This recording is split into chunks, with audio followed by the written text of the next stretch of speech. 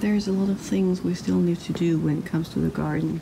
We actually made quite good progress. Like my glasses. These are old ones. I lost mine. My son destroyed my newer ones. We made quite good progress, and yeah, I think this part will have to wait for a little longer because we haven't figured out what we're going to do yet. But we weeded a huge part of the garden and brought out new grass. You can see it already starting to grow back there.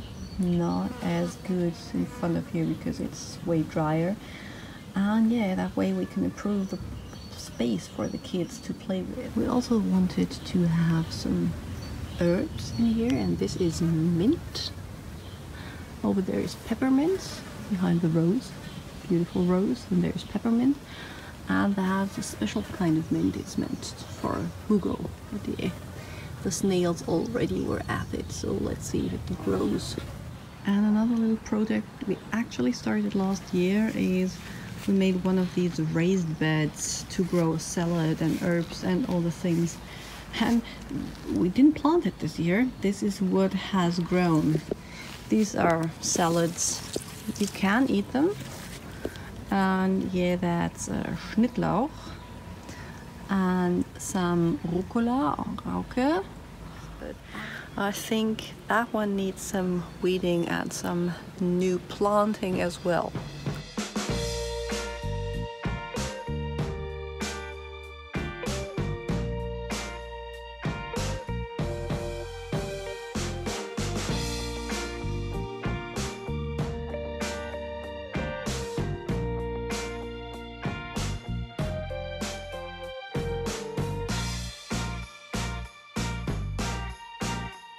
What surprised me actually is these strawberries are meant to be 1 year only, but we didn't do anything to them. We left them outside and now they're growing again, and look.